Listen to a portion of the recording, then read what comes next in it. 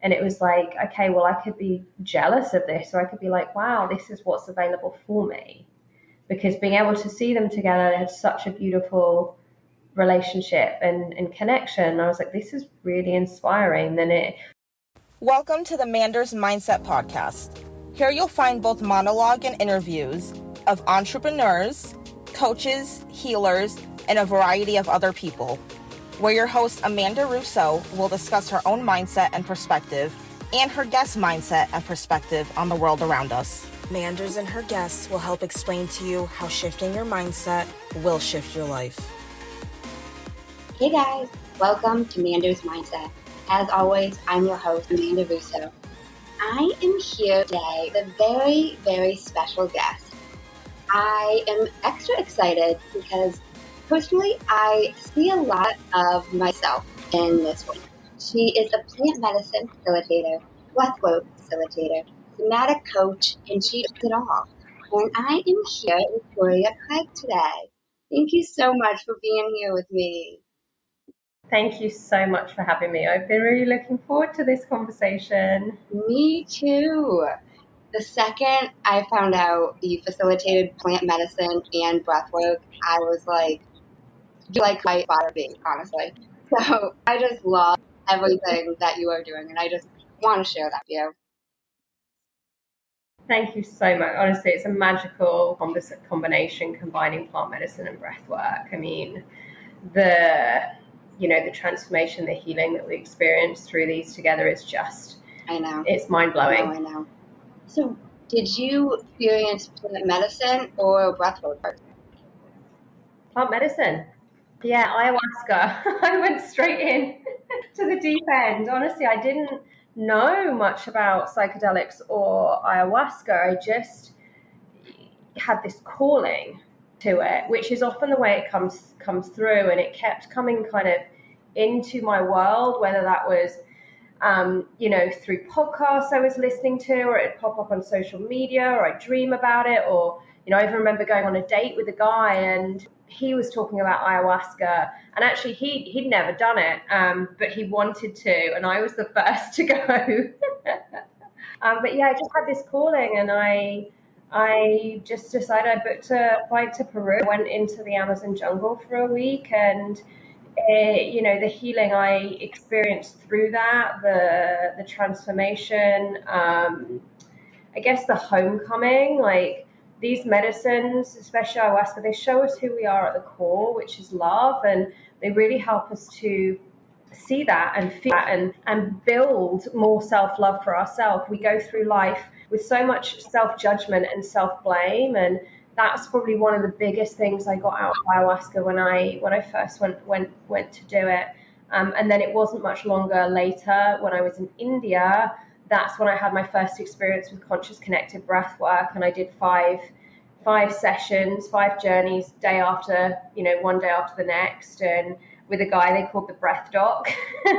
And again, it's in some way similar, because we are, through plant medicine, through breath work, we're bypassing our conscious and our thinking mind. We're accessing the subconscious, the emotional body, the pain body, the limbic brain.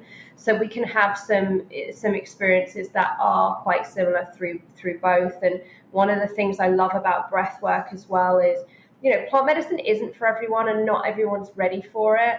And I have seen people go through breathwork journeys first, and then their calling has come, or they've said that right now I'm ready to experience plant medicine or ayahuasca, because they have less fear around it. That makes a lot of sense. How long ago did you first try ayahuasca? It was 5 years ago. So 5 years ago with both ayahuasca and breath work. And interestingly, with the breath work, I kind of knew then, this was what I wanted to do. I wouldn't say that with ayahuasca. I couldn't, if I look back to then, even a few years ago, I could never have imagined like this would be my life now. But with the breath work, the calling was so strong. But I think that's because it felt more accessible. It felt more like, okay, I can do this. And I still, when I first had my first experience with ayahuasca, I still didn't know an awful lot about it. No, that makes That makes a lot of sense. You mentioned you felt the calling or the knowing. Can you describe a little bit what that was like for you? Like how you knew? Yeah, like I say, for me, it just kept coming into my world, whether that was through a podcast, through a book that I was reading, through social media, through people that I was meeting. And I mean, I didn't know anyone at that point that had done psychedelics. I was over in the UK. It was very taboo. It's still very much like you're going to do drugs. Um, but it just kept coming into my world, and then like often as well with callings we'll dream about it, not always. But yeah, that and then it was just a knowing, it's just a feeling like I have got to go and experience this. And I think another side of it was having this note that for me I felt like I needed a big experience, like my life had to change, and I really wanted something that was going to almost catapult me in that direction. And that's what ayahuasca does. It is you come out of ayahuasca retreat or ceremony and you're not the same as you were. And we hear like you're a different person. I don't resonate so much with that, because that's almost like pushing away the past versions of ourselves. But you come out more evolved, more expanded, more understanding, clearer. We can resolve complete cycles through ayahuasca and plant medicine, and through breath work as well. We can move a lot of energy from our body, whether that's related to trauma, whether that's emotional suppression that we've experienced. And we pretty much all have experienced emotional suppression because we weren't taught how to really be with and express our emotions. We're taught good and bad, so the bad ones we push away, and we hold that energy in the body, and we're able to, I'd say ayahuasca and breath work taught me how to feel again. They really brought me into my body, out of my head and into my body, and in a safe space where I felt safe. It's safe for me to feel my emotions. It's safe for me to process these. And I guess the whole way I looked at life started to change, because also through plant medicine we see the world in a way that we never have. We see that there is so much more to what we can actually see in this physical existence. You can travel dimensions during an ayahuasca journey. You can connect with ancestors, heal like ancestral generational trauma and wounding, connect with their gifts and their powers. We can connect with loved ones that have passed. And the things I'm saying here, this isn't what's going to happen for everyone. Everyone's journey and everyone's experience is different. But for me, one of the biggest pieces of healing is on my journey, I lost my mother. I've been through a lot of my own pain, trauma, and illness. And I actually lost my mother coming up to 10 years ago now, very suddenly. And at the same time, I was in an abusive relationship. And in a period of 6 weeks, because it got really hard when my mum passed, not having, being in an abusive relationship, not having someone that's actually there for you, but someone that's kind of knocking you down even more. And I decided to leave him because I desperately wanted to be with my father as well. And 2 days later, I found out I was pregnant. So in 6 weeks, I'd lost my mother. I went through a termination, and I left my fiance too. So my world completely shattered, and I had a lot of grief for losing my mother. And I also had a lot of grief for going through termination. It's an incredibly difficult decision for any woman to make. And I did want children, but not in that environment. And one thing I will say now, thankfully, I made that decision because I now understand so much more about the first 7 years of a child's life, and how much the parents, the conditioning affects us, of whether we're brought up in a safe environment or not. But through my first experience with ayahuasca is I did so much healing and moving through the grief of the loss of terminating a pregnancy and the grief of losing my mother. Now, I will say with grief, especially, with my mom, I feel it's like a forever. It just lessens, I still have my moments where I grieve for my mother, but I'm not storing all of that grief, pain, shame, guilt, anger that I was, fear, because I personally feel grief is like it's really all of the difficult emotions. You go through fear that that's, for me, it was fear of losing my father. Shame. I had shame for where I was in my life. I had shame that I didn't think I was a good enough daughter. I felt shame because I thought it should have been me and not my mum. Guilt that I wasn't, again, I didn't spend enough time with her. Guilt for my father's world falling apart. Anger. I couldn't believe she'd left me. How could she leave me?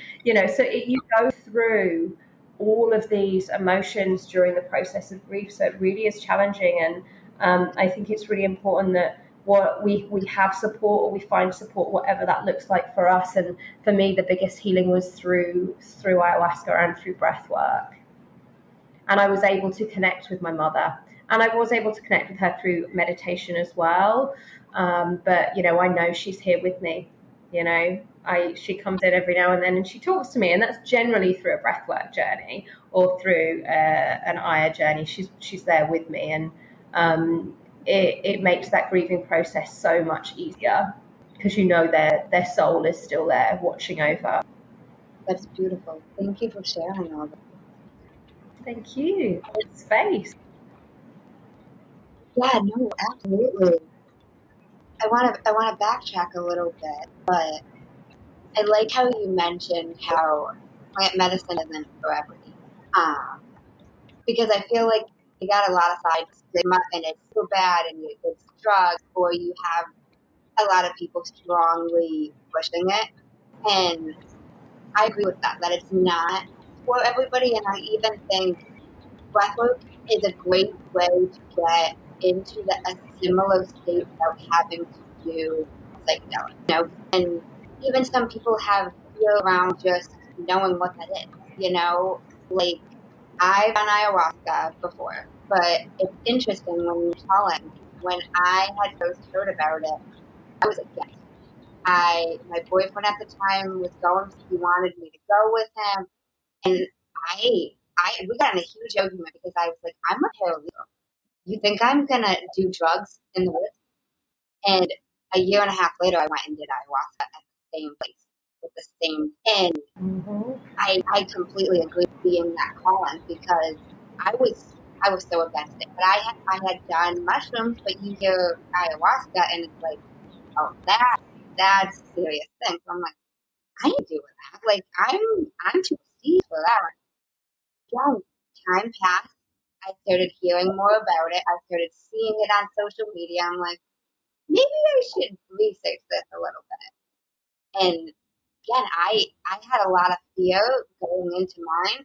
I didn't tell anybody I was doing ayahuasca. I told everyone I was going on a yoga retreat and did ayahuasca. That's my dad. I told my mom the same thing. She's like, "Oh, a yoga retreat? That far away?" We do this with art. So I host the Soul Rising retreats, which is plant medicine, breathwork, and feminine embodiment and sisterhood.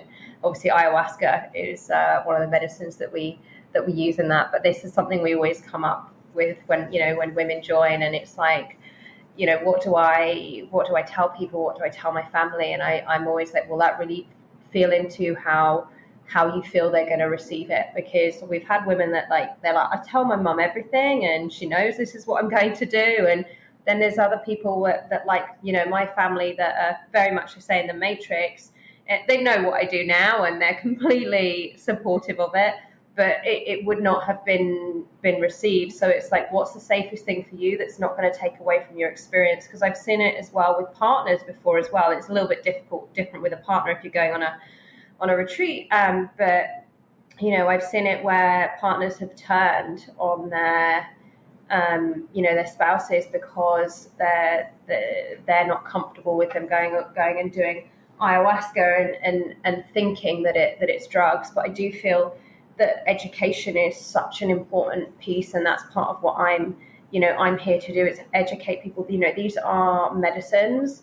And it, like we say, it's not for everyone, and some people just don't feel ready for it now. They may in the future, but also there is safety concerns as well. So we have to understand someone's mental, physical, and emotional health before having them come and sit with the medicine. But they are medicines, and I think we've come so far. Since I first did ayahuasca to now, we've come so far with plant medicine in general.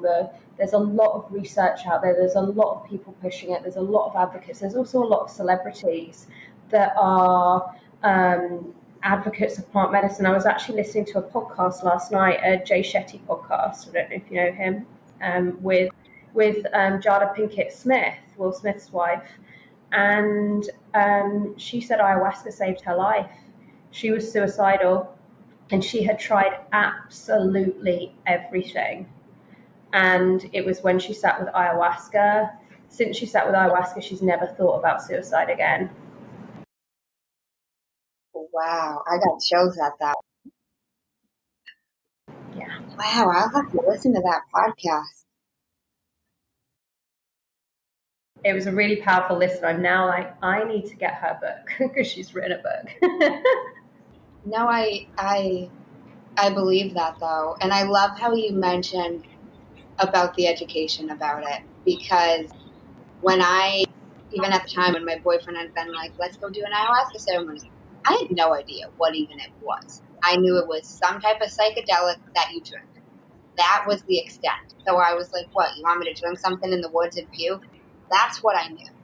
So I think it's so important to do your research, educate yourself on what it actually is before ego, I kind of want to call it ego, is getting in the way. And you know what I mean?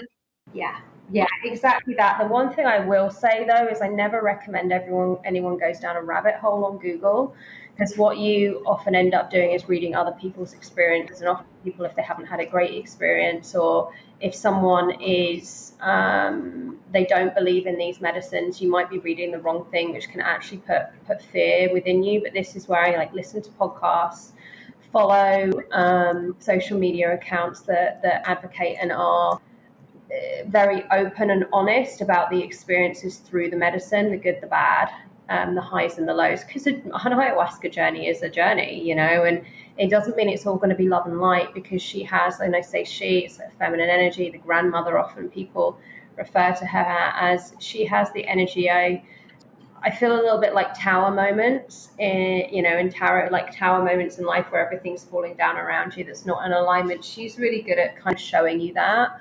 So that could be, and again, everyone's experience is different. Some people have journeys which are just love and light, but we do see more. It takes you to face maybe the parts of yourself that you haven't met, the parts of yourselves that haven't been healed, in a very loving way, to be able to then release those and make shifts, transitions, and changes in your life to come more into alignment with who you authentically are, which is it's really beautiful. But it's important that people know that you can have challenging moments and challenging times and journeys. For us in the Soul Rising, the way we hold this space, it's very loving, it's very compassionate. Everything and all of you is welcome. But if anyone is going through a challenging time in a journey, we're right there by their side. We're supporting them, and we have the tools to help them move through that, and to know that in that experience they are safe. And for me with Aya, and I've had some wild journeys, but I have this thing in my mind where I just always say to myself, this is temporary and this shall pass, and it does. But she's just just an incredible medicine to help us come home to ourselves and to our truth, and just, for me, after I did my first ayahuasca retreat, that's when I actually decided, okay, I'm leaving the UK. I'm going to work for myself. I'm going to start helping people. I'm going to create this business. And I look back and I'm like, would I have done that? And I'd had for years, like, my dreams of travel and working for myself and being an entrepreneur and making an impact. And every new year I'd start and then I'd give up, because I didn't have that belief in myself to do it. And since then I haven't, 5 years on, and I live in Mexico now. I host retreats in Mexico. I've built this beautiful business. I'm not going to say it's all easy, it's not, but would I change it? No. I have so much more freedom in my life than I ever could have imagined. Now I can't imagine living back in the UK. For me, it would feel like living in a box and being trapped. I I love how you mentioned, though, not going down the rabbit hole, because I think it's easy to do that. There definitely has to be a balance, with doing some of your research, not just Googling everything, not just going off of assumptions, kind of like I did when I had first heard of ayahuasca, and all I knew was some kind of drink. You do it in the woods, and it's psychedelic. That's what I knew. Honestly, sometimes I think that's like the best way. That's very similar to how I did it, because I also then didn't go in with expectations. And we always invite people. It's really important to have intention. We're doing this in a ceremonial, a sacred setting. The power of intention is just incredible. And I've seen so many women, their intentions have been met through the medicine. However, if you go in with expectations, you're opening yourself up to disappointment. And, we could have an intention to heal something or to change something within us, but maybe there's something underneath that needs to be seen first, that needs to be met first. So you may be taken there. You don't want to then feel disappointed that you didn't get what you want. Because what happens with these medicines, and with ayahuasca, is that she will give you what you need, not necessarily what you want. No, I agree. I completely agree that she will give you what you need and not necessarily what you want. It's interesting because I had done some more research just to have like a little bit of an idea, because honestly, I had a lot of fear, especially with, if anything happens, everyone thinks I'm at a yoga retreat and I'm not actually at a yoga.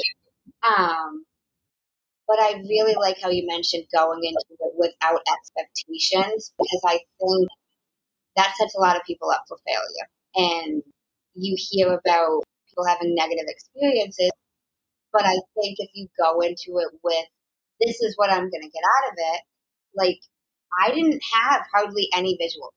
Like, I thought about every experience that I've ever had in my life, but it wasn't really like seeing things. Whereas some of the people that I was there with didn't have that either, and they were disappointed at that.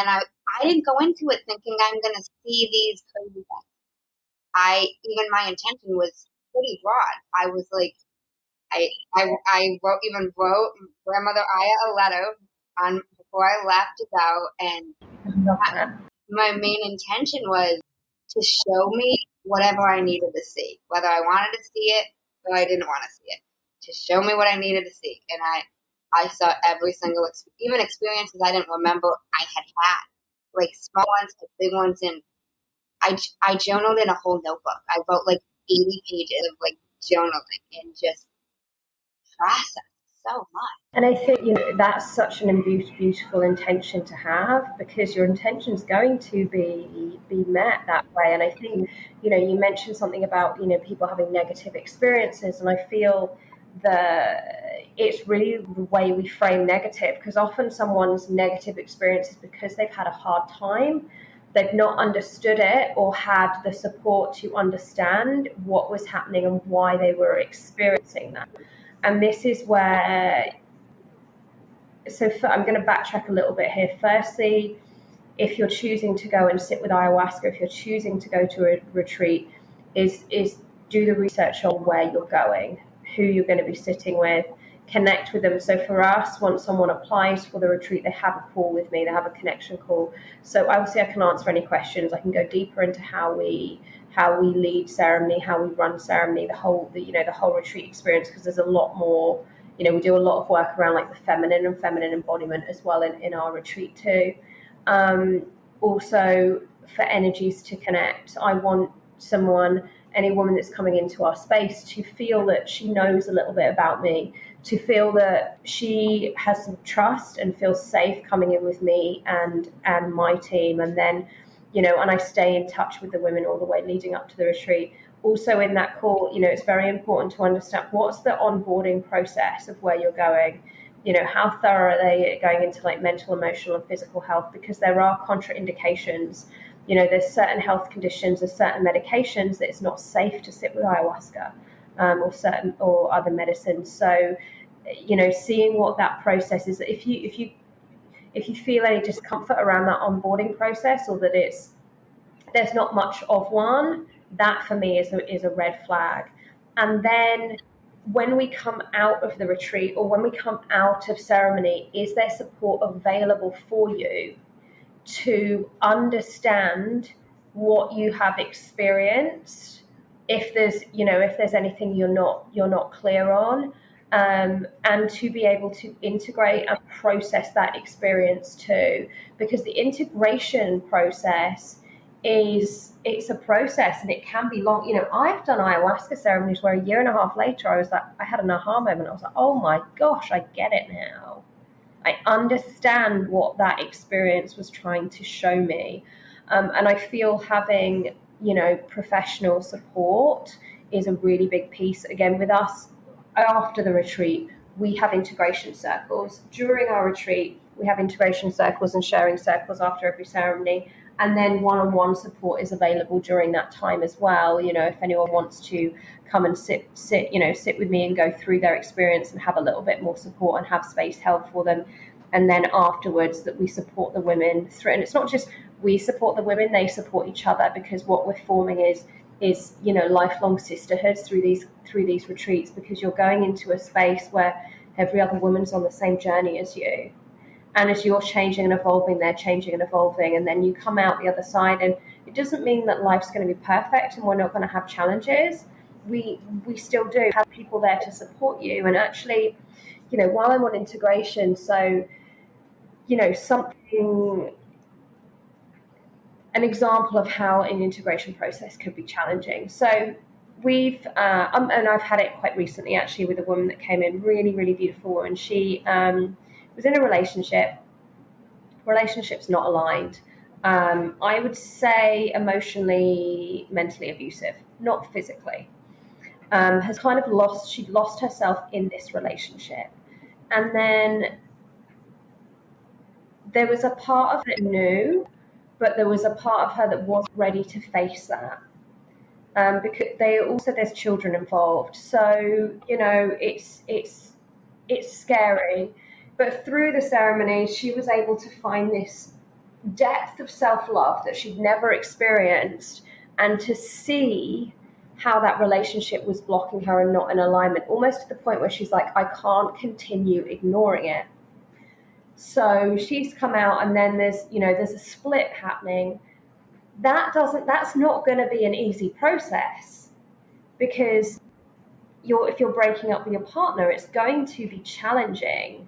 It leads to magic, but you still, through that integration process, you're still facing challenges. We see this where other relationships or friendships may not be aligned, and we come out and we're like, okay, that's not aligned for me. Or someone's like, okay, the job I'm doing or my career is not fulfilling me, and I can't ignore it anymore.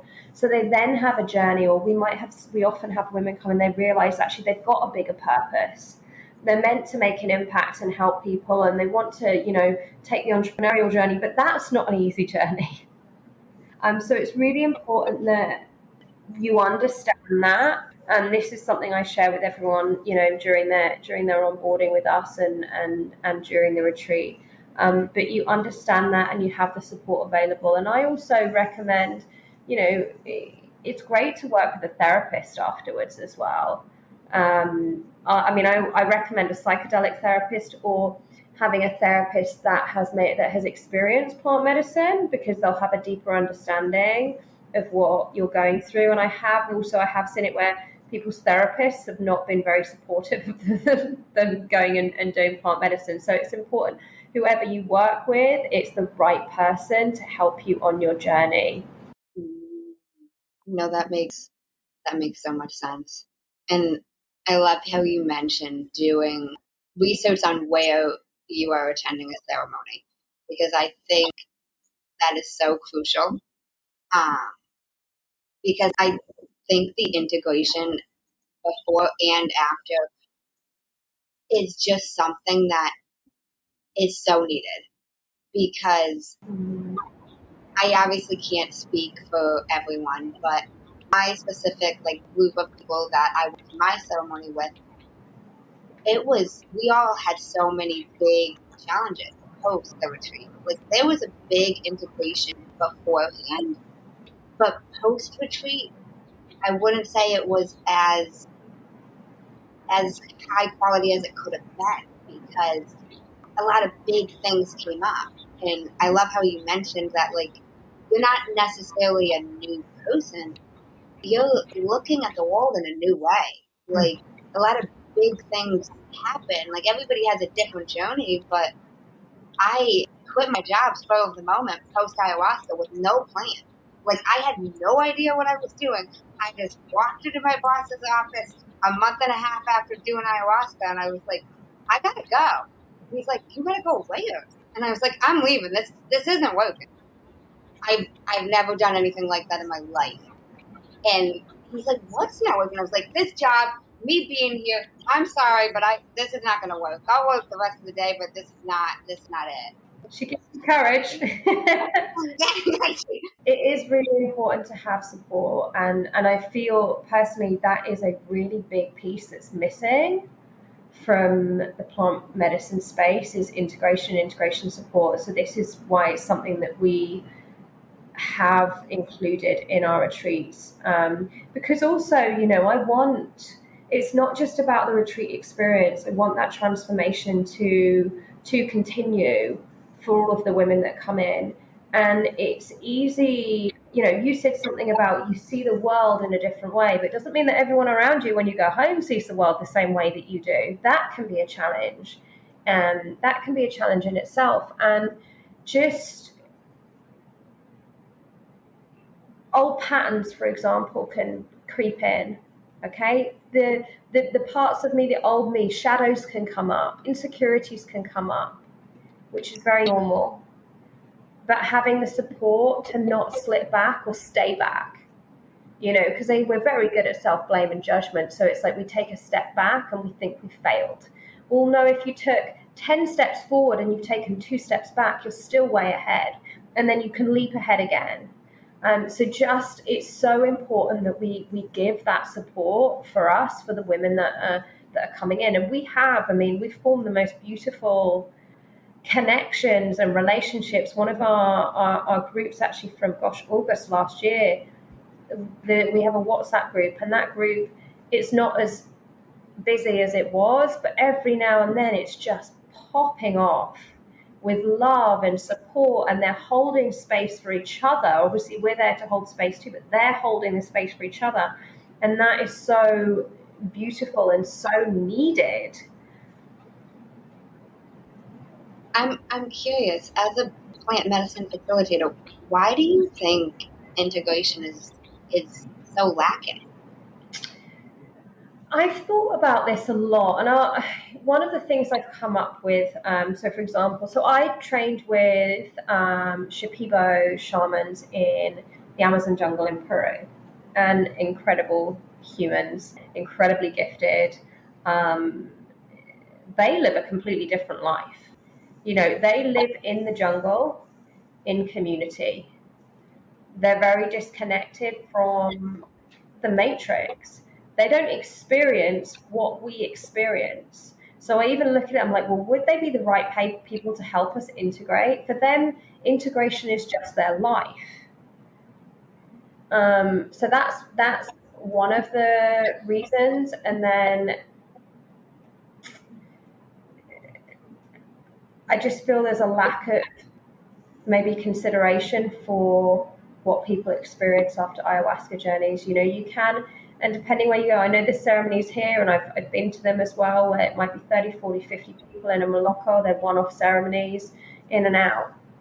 That's just the model of the way they work. Integration isn't something that they include or they support with. But this is where it's, because those ceremonies, well, I can go into those ceremonies myself because I've done so much plant medicine. I know integration.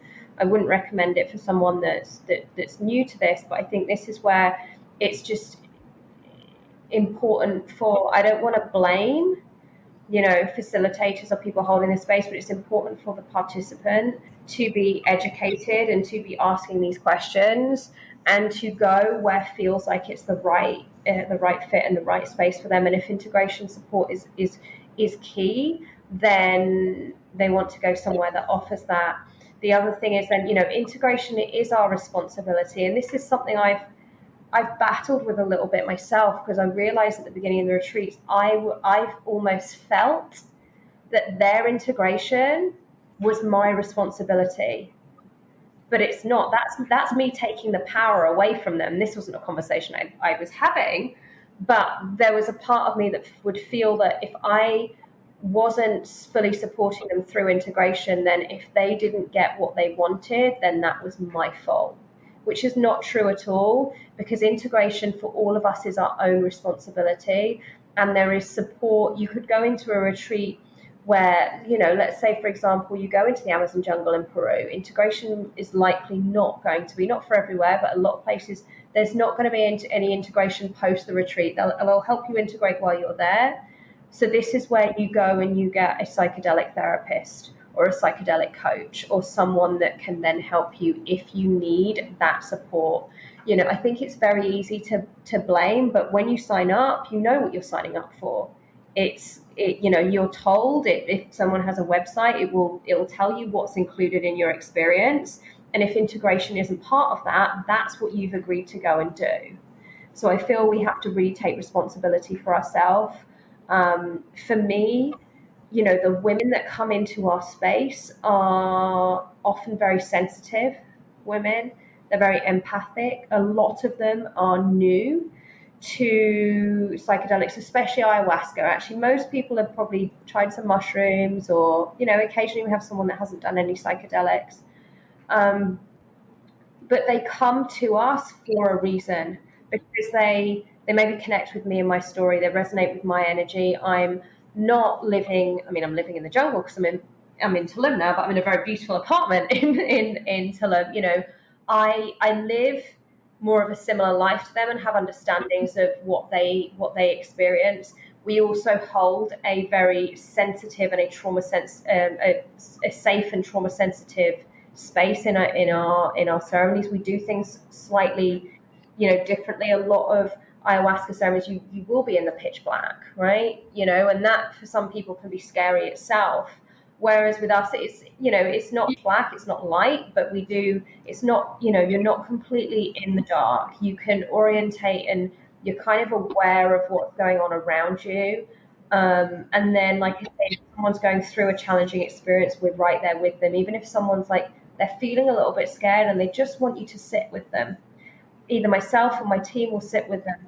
If they're going through something challenging and they don't understand it, or they just need to voice it, we're often able to give them a different perspective and help them understand what they're experiencing, which then lets them let go of fear. So I'll give you an example here. I've had, she's actually a very close friend of mine now as well. She came to one of our retreats last year, and her first night with Aya, she was in her head. She was just really stuck in her head and in her mind, and her mind was going crazy. And we were offering the second serving, and she came up and she was just like, she broke down. And I was like, talk to me, what's happening? And she explained, she's like, my mind is going crazy. I can't just stop all of these thoughts. And, I just want it to stop. And I just said, what's your mind like in day-to-day life? And she just went, oh my gosh, this is what my mind is doing to me daily. So that's what ayahuasca was trying to show her. It was amplifying what she's experiencing in day-to-day life with the monkey mind and the critique and the blame. And as soon as she had that awareness, the resistance that she's experiencing left her body, and her journey completely changed. We look out for, we're aware of different trauma responses that we can go into. Most of us have experienced trauma, maybe on different levels, but we've got when the nervous system's activated in survival, we've got our fight, flight, freeze, and then I'm going to include fawn in that as well. Fawn, for example, is, when we kind of shut down, we go into appeasing and a pleasing. Maybe we can't use our voice, we can't stand up for ourselves, we can't speak up. We just completely shut ourselves down. And we realized this in ceremony with all women, where one thing women are really good at, they wanted some help, they were maybe a little bit scared, they wanted someone to come and help them or speak to them, but they were like, no, my process isn't big enough. Someone else is going through something harder. So they would stay in whatever they're in and feel like they had to deal with it alone. And at the time, they were just unable to speak up. What they had happened is they've gone into fall. And so we have these little night lights, these little purple night lights. And if someone's experiencing that, they really want to help, but they want someone to come and be with them for a few minutes, and they can't. They just don't have the courage, or their voice. They just can't use their voice. They just flip their night light on. One of us sees it. We're there. That's beautiful. I love how you got creative with that. To think of that's so that makes so much sense. That is especially that at times you could. Because I even myself, not during my Aya experience, but at times just had that reluctancy of I don't want to be a burden or a bother or somebody else needs something more than I do, so I'll wait. Well, we have been conditioned to put everyone else's needs ahead of ourselves as women. The oppression, the suppression of women. We've been brought up, most of us, as people pleasers. Everyone else matters before us. We've not been brought up to use our voice, to speak up. We've been brought up to be quiet and look pretty. So like having it affects it affects all women in different ways. We have to be aware of, okay, what things come up for specifically women? Comparison. That about, well, my journey's not as deep as theirs. I'm not puking in a bucket, but I'm really scared of what I'm experiencing. Because you're not puking in a bucket doesn't mean your experience is any less than. And we're very good at lessening what we are experiencing. And I don't mean this just in medicine, I mean this in life. Yeah. No, that's so true. I want to backtrack a little bit, but you talked about feminine embodiment. What does that mean to you? Okay, so my definition of feminine embodiment is being connected to our feminine body, essence, and energy. It's a state of living in our body over living in our head. Women, we're not small men. Men have a body clock of day and night, and they have consistent energy, productivity, focus pretty much every day. Women, we are cyclical beings. Okay, so we go through 4 seasons in a month, the 4 seasons of our cycle. So our inner winter is our bleed phase, our inner spring is our follicular phase, summer will be our ovulation, and then winter will be our luteal phase. Our hormones, our energy, our emotions are ever changing and evolving through that cycle. Most women are disconnected from their body and from their cycle, which can lead to burnout, lead to health issues, depression, anxiety, multiple things. But feminine embodiment is a state of living in our body and being connected to our body and what's happening in our body, allowing our body to be our inner guidance rather than our mind. Men or the masculine, but men, they are very logical thinkers, logical processing, and that works. That's their strength for them. For women, our strength is in our body and our intuition. It's not to say we don't logically process as well, but our strength is in our body and in our intuition. Our intuition, for me, lives in our body. Those gut feelings, those sensations, that inner knowing. And I always ask anyone when it comes to intuition, look at what happens if you've ignored your intuition. Whether that's you stayed in a relationship that wasn't serving you. It didn't get better, it got worse, right? Because your intuition, your body's trying to tell you something. We are emotional. Yeah. Now, when I say emotional, I'm not saying emotionally unstable, but we experience emotions in a very different way. And like I say, they are changing and evolving throughout the month. But we have been oppressed and suppressed. We've been taught good and bad emotions. As a woman, it's bad to be angry. You do not express it. I used to always say I'm not an angry person.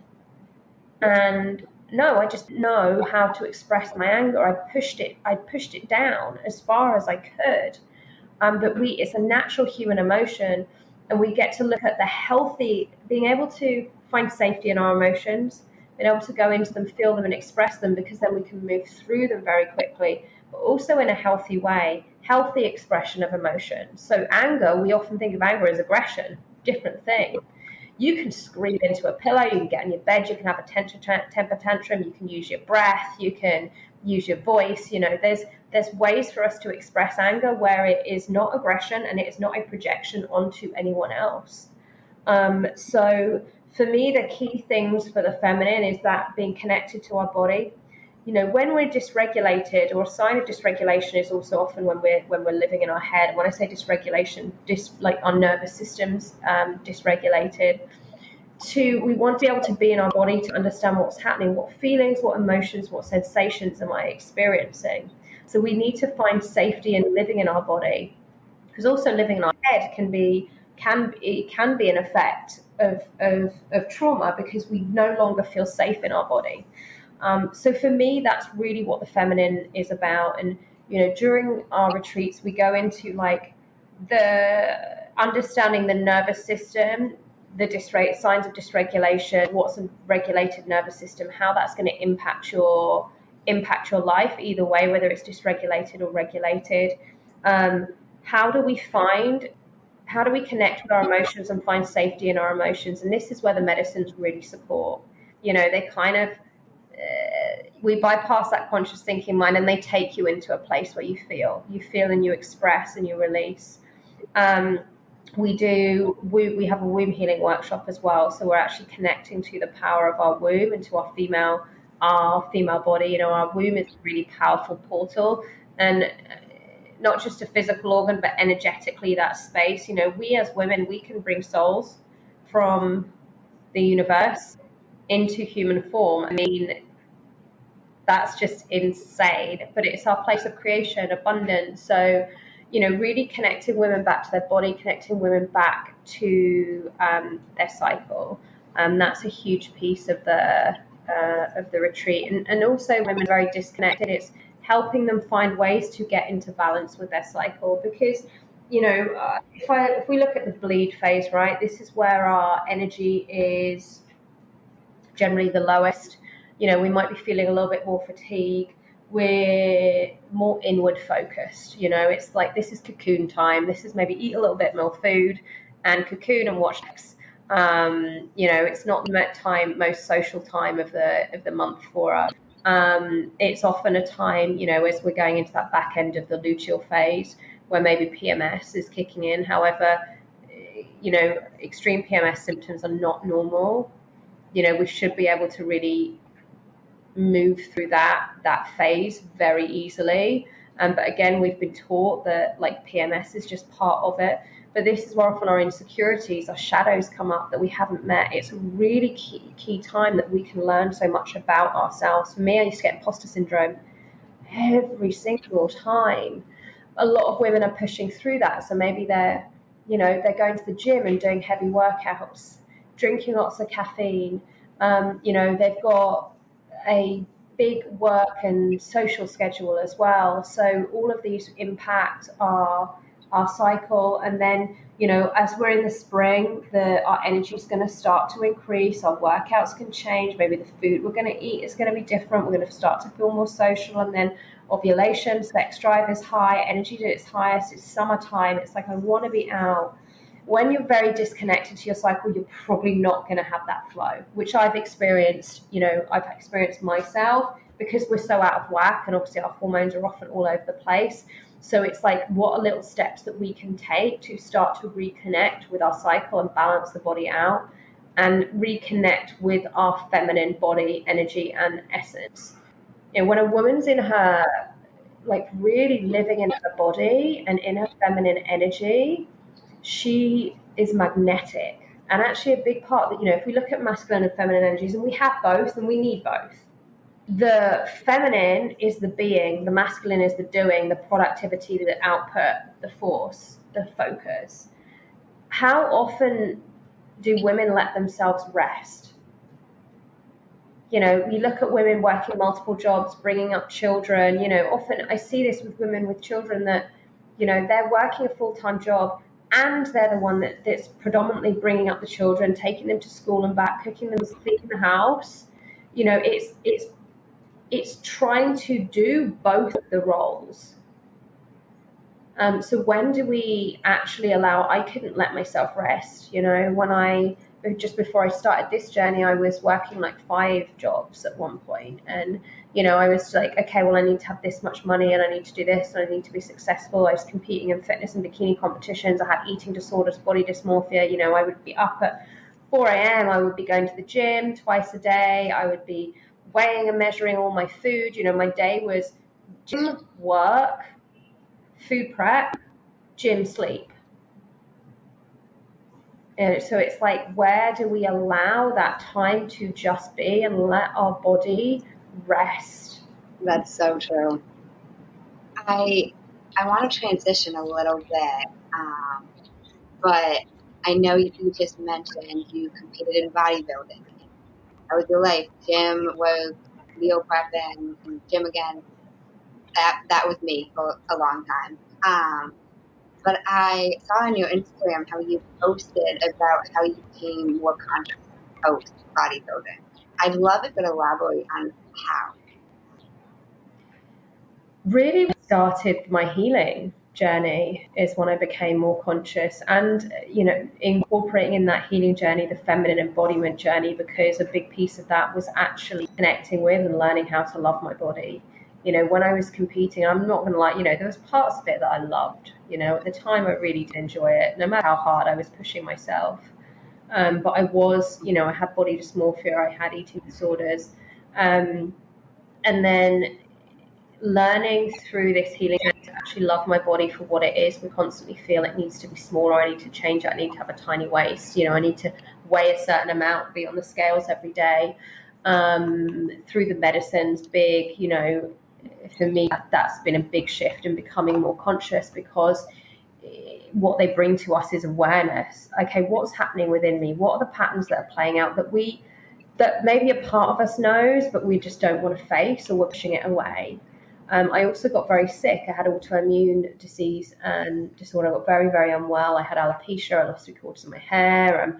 I had surgery. I had implants. I had those removed. Severe gastrointestinal issues, chronic fatigue, bowel prolapse, pelvic inflammatory disease, you know, amenorrhea, you name it. Like, it was just one thing after another, and I couldn't not be aware. I had to, you know, I have such bad, I had to stop. I had to slow down, and you know, just really through this healing journey, I've woken up to what was going on inside of me, to why I was doing all of the things that I was doing, which was ultimately self-abuse in many ways, and to really getting clear on like who do I want to be, and how do I want to move through this life. And you know, I always say I'm an open book. I am still a work in progress.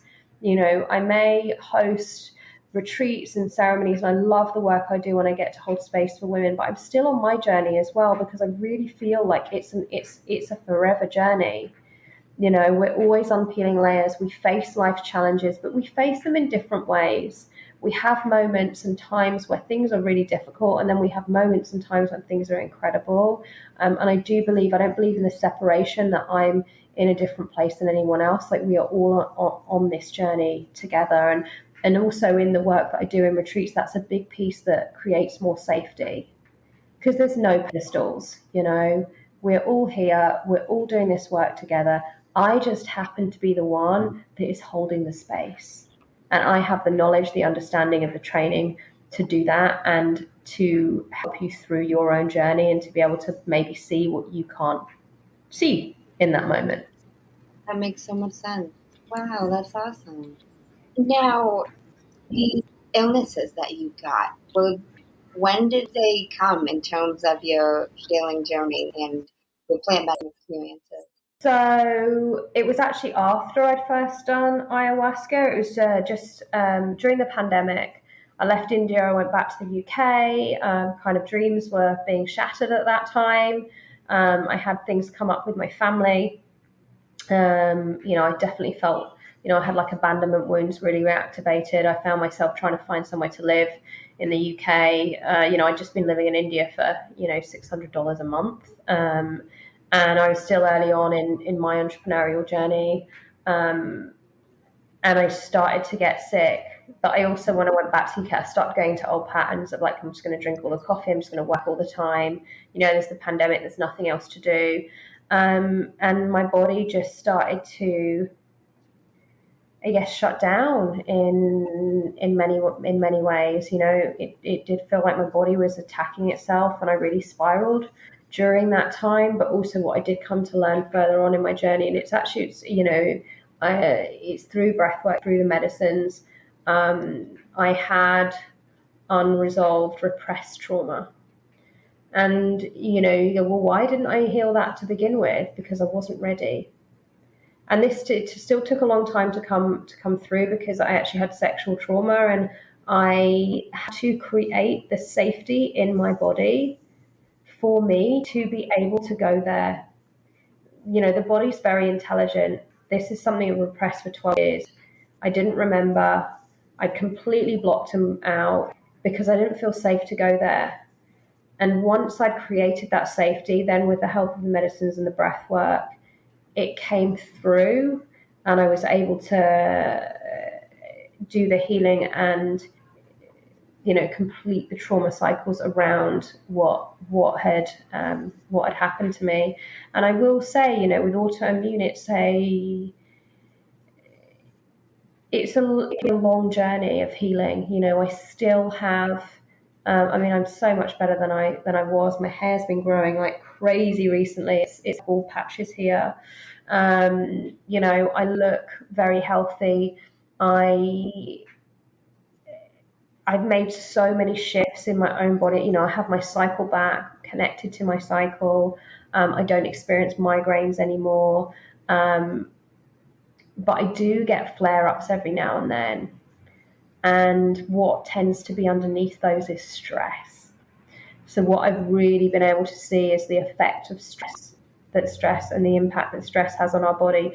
Also with autoimmune, we there's a lot of work in balancing the nervous system and being able to get in, really activate that parasympathetic part of the nervous system, the rest and digest, that okay, I'm safe in my body, I'm safe in the world.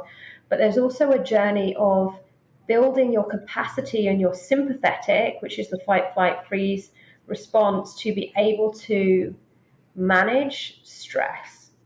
So it's a journey I'm still on, but the flare-ups are few and far between now, and I have the support to move through them. And they're not like, I was at absolute rock bottom when, my hair was falling out. I had surgery because I had implants. I had them removed in case that was impacting me. And I was in this place of absolutely loathing my body. I had this scarring. I was gaining weight. I had the migraines. Chronic fatigue was just every, you think tomorrow's going to be a better day, and it never was. Severe. I ate the same meal for 100 days at one point, breakfast, lunch, and dinner. Now the variety of what I can eat is much bigger. There's still restrictions. Things like gluten don't work for me. Dairy doesn't work for me. Processed sugar doesn't work for me. Caffeine doesn't work for me. But I'm okay with those. Wow. I really like how you mentioned it's a journey, and we're all on the journey. Like, no one's further along or on a pedestal than anybody else. We're just all progressing along and trying to improve ourselves as best we can. I think see someone that we feel is. I used to be so good at putting people on pedestals, and it really did not do me any good. But if we see someone that maybe we're inspired by, it's like, that is come into your sphere because it's showing you what is available for you. It's showing you what's available for you. I see this in, like, for me, I'm single, and I would love to be in a relationship. That's something that I really want to to call in. And recently, my best friend Johanna, who supports in the retreats as well, she's just, and we met, this journey. We met in India on a yoga teacher training together, and we've really done this journey together. But she's the other side of the world. She lives in Ibiza. I'm here, but she was out in Mexico with me for a retreat, and she was out with me for a month. Her partner came out, and they spent a week together. And he's from Germany, and I got to meet him. And I felt like I knew this man because I knew so much about him, but I got to meet him and just witness them together. And it was like, okay, well, I could be jealous of this, or I could be like, wow, this is what's available for me. Because being able to see them together, they had such a beautiful relationship and connection. I was like, this is really inspiring. Then it, showing us that true love is out there and showing us that there are some really good men. Wow, I love that you compared like the two different ways you could have looked at that. Like, it's beautiful. I love that. All about that mindset perspective shift. Yeah, it's rather than why don't I have that? Well, this is available for me. And I think those perspective shifts are really important. And what I will say, if you're having a really challenging time, when someone's like, look on the bright side or be positive, you just want to tell them where to go. I think you get to honor that piece as well of being in that, we call like victim, right? And I've been there myself many times and I still occasionally go there. But it's like, I get to honor feeling like that, but I don't have to stay there. That's the key. It's not staying in that place, because we ultimately, if we're there, we are completely blocking ourselves. Because like attracts like, energy attracts energy, everything is energy, right? So if I'm miserable all the time and I'm depressed and I'm like, this has happened to me, and I'm playing kind of victim, then I'm going to attract more people, more experiences into my life that amplify that. But if I can just start to shift a little bit from that, I might first go in and out and in and out, then I'm going to start to see things in my outside world. So it's as I shift my inner world, my outside world starts to shift. I love that. And I love how you mentioned not staying in it. Like, something I've heard before was you need to feel it in order to heal it. I've tended to be the type that would either repress it and not feel it at all, or feel it too much, not have like the balance. Like, allowing yourself to feel it, but not staying in it. Like, it's okay to have the grief, to have the emotions, but not letting it take you over. Is what I. And I think, yeah, exactly that. And if it feels too overwhelming for you, reach out for support, whether that's to friends or family or for professional support. We all get to be held in our own pain, in our own suffering. It's something I'm working, actually, I've got a session today. I'm really looking forward to it. I'm actually working with a couple, a Chinese medicine doctor and a body worker. So we're kind of touching everything: physical, mental, emotional, and spiritual health, because I had a flare up with autoimmune from chronic stress. I had a very painful experience last year that I realized I haven't fully gotten over, and I have support, got great people in my life.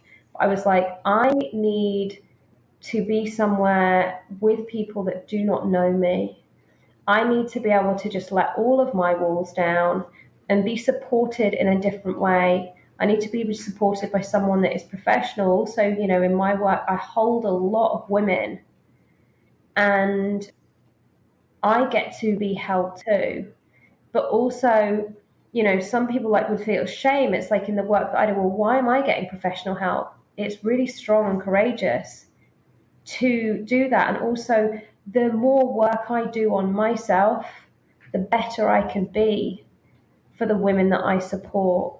And just because I do this work, it doesn't mean that I'm not here having the same human experience that everyone else is.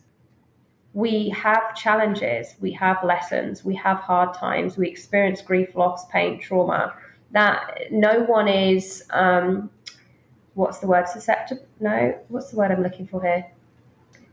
No one gets a pass on all of that. No matter who you are. No, it's so true.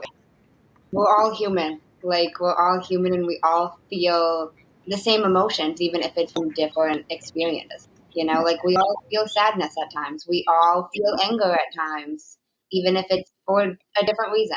Like, Yeah, exactly. Unless you're maybe a monk sat on a cliff top meditating all day, then maybe things are a bit different. But most of us don't feel called to that life. no, that's so true. Well, thank you so much for speaking with me and being on Manda's Mindset. I really appreciate it. Now, I typically end my podcast with two segments. And it's kind of funny that you mentioned Jay Shetty earlier because I got these two segments from him and how he ends his podcast. I know he's done it on all of them, but he's done it on quite a few. And the first segment is called The Many Sides to Us. And it's 5 questions that have to be answered in one word. He says 1 or 5 words, up to 5. Or is that Lewis Howes? They do the same thing. I'm not sure. He's I'll try for 1 word. What is one word someone who is meeting you for the first time would use to describe you? Soft. Number 2. What is one word that someone who knows you extremely well would use to describe you? Compassionate. Number 3. What is one word you'd use to describe yourself?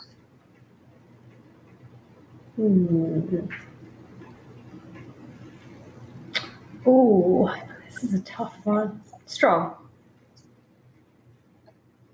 Number 4.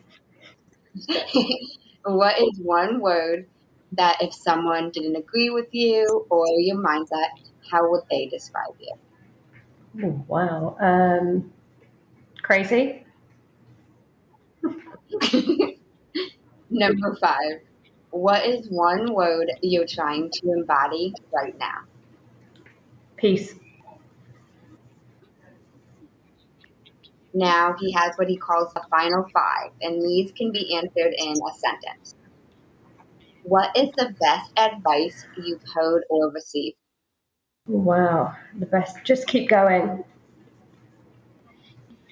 Okay. Number 2. What is the worst advice you've heard or received? Stop resisting, surrender. And that was in a plant medicine journey at my first time. And you don't know you're in resistance and you've never experienced surrender. So it really wasn't helpful. No, I agree. And you probably didn't even know what that meant by you resisting, did you? I had no idea. I was like, what? Yeah, it did not help. Just to get a little text around that. Number 3. What is something that you used to value that you no longer value?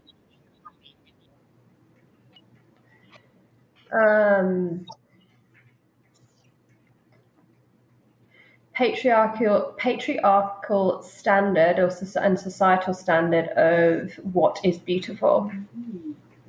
Okay. If you could describe what you would want your legacy to be as if someone were reading it, what would you want it to say?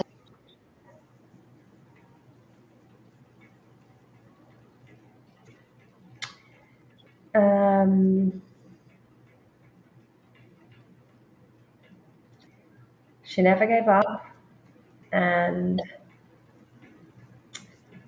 she turned her pain into purpose and made an impact in the world. Okay.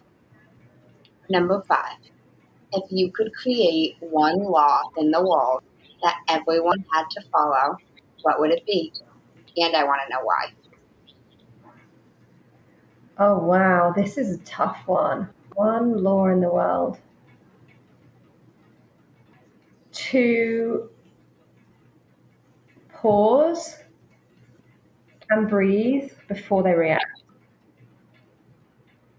And that's because so much conflict happens because people are like, they don't take that time to like breathe and process and understand what is happening or why they are triggered before responding or reacting to something that's happened. And I believe if we all did that, there'd be a lot less conflict in the world. I love that. I love how you mentioned that. I completely agree. I think taking like even just one deep breath in before you do something, before you make a decision, like will change your complete state. There was one, I'm just going to have to throw this in there because obviously I've been listening to a lot of Jay Shetty, and one, I was really cool to listen to an interview with James Corden because I went to school with James Corden. He was from my little village in the middle of nowhere in the UK. He was a few years older than me. I didn't know him, but I was like, I just got to listen to this.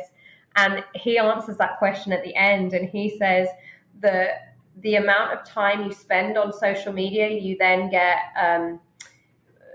like banned from it for that amount. So if you're on social media for 5 minutes, you can't go on social media for 5 minutes. If you're on it for an hour, you can't go on it for an hour. Oh my God. That is brilliant. That's interesting. Now I have one last question for you. You share with some of the resources that you utilize in your everyday life to help you remain successful? Yeah, so big one to me, movement, breath, and sound. I have a daily yoga practice. I mean, it changes. It's very intuitive. Just moving my body, moving energy through my body. That really helps me to regulate, connecting with my breath. At times meditating. I don't. If my mind is very busy, I don't try and meditate because I often wind myself up more. Music, listening to music, dancing, shaking my body, plant medicine, even microdosing. That's something that really helps me when I go through the times of microdosing. I don't microdose all the time every day. I'd say journaling, but I'm not as much of a journaler now as I used to be. For me, it's really stuff that's within my body. Going for walks is a big one. Getting out, movement is a big one for me. Getting out in nature, moving my body, connecting with friends, speaking to my best friend on the phone. Nice. Okay, that's awesome. Now, where can the listeners connect with you and how can they get in touch with you? Okay, so I always love to connect with other women on Instagram. So my Instagram handle is at I am Victoria Craig. Craig is spelled like the boy's name, Craig. Drop me a DM. I share a lot of content on my social media. That's where I share the most. That's kind of the like ins and outs of what's going on in my life as well, my stories. And I love to have conversations going on in my DMs. I share a lot about our retreats and what you can experience there and plant medicines. And then also my website, which is www.iamvictoriacraig.com. On there, you'll see the Soul Rising Retreat page too, which has all of the information for up and coming retreats and how you can apply for those. And then also on top of retreats, I do work in the online space, coaching and breath work. Obviously, we don't do plant medicine online. However, I can work with clients microdosing, then just doing embodiment coaching and breath work too. So yeah, that's me. Thank you so much. And I will link all of that in the show notes so you guys can connect with Victoria directly. Now, before we wrap up, is there anything else you want to share with listeners? No pressure whatsoever, but I do just like to open the floor if there's anything you want to say. Just that you're never alone and that there is always support available for you. There is always, what I'm speaking to now is more, anyone that is really struggling right now, just please reach out. I've been there myself. It's a horrible place to be in, and just reach out and allow yourself to be supported, whether that's friends or family or professional help. No, I agree. Thank you so much. Thank you so much for speaking to me on Manda's Mindset. I super appreciate your time. Thank you so much for having me. It's been a really juicy conversation. I've loved it. Thank you. Me too. Thank you so much. And thank you guys for tuning in to Manda's Mindset. Hey guys, Mando's here for a few key takeaways from my amazing conversation with Victoria. And I hope you guys enjoyed that as much as I enjoyed having it. I think one of the biggest key takeaways from my conversation with Victoria is the importance of awareness and becoming aware of yourself, truly knowing yourself, what you want, what you don't want, your likes, your dislikes, and who you are at the core of your being. We also delved into how breathwork and plant medicine are huge components that really help people become more aware of who they are. It helps you gain clarity and understand how you want to live your life, and maybe even how you don't want to live your life. It gives you, it's almost like it gives you a lens, a different lens to see the world through. And she even emphasized how she doesn't like how people say you're a new person after ayahuasca, but you look at the world in a different way and with a different lens, just like you do after breathwork. Victoria and I also talked about how it's important to do your research, but to be cautious that you don't get caught up and go down the rabbit hole. Because especially with all of the information out there nowadays, and it is easy to go down that rabbit hole. Don't just Google ayahuasca, guys. If you're interested in doing ayahuasca, or if you're even in that curious stage of what is it, you're wondering more information, maybe you're thinking it's for you, but you're unsure, don't go down the rabbit hole. Victoria is an amazing resource, and her information is in the show notes, and she would be more than happy to delve into even discussing what ayahuasca is. She hosts retreats as well. If you're interested in attending any of those, you can check out her website in the show notes. You can reach out to her directly, but don't get caught up in the research because it's easy to do so. If you feel the calling, you'll know.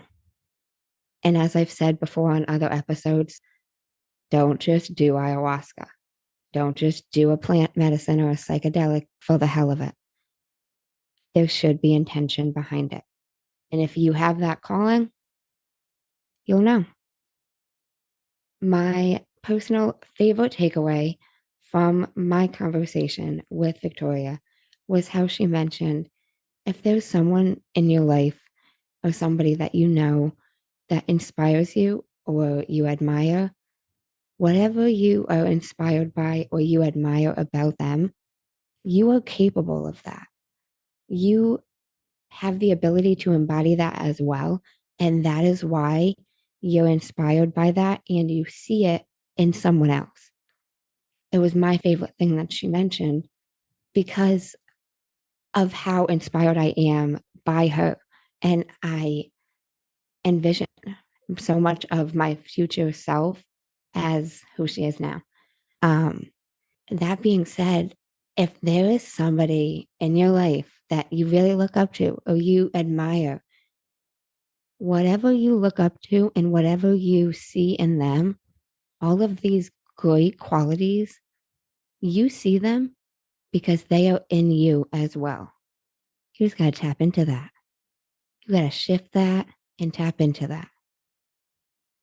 And we talked about how plant medicines and breathwork are great at helping you shift the way your mind thinks. What better way to shift your mindset than by doing some breathwork or by doing some plant medicine?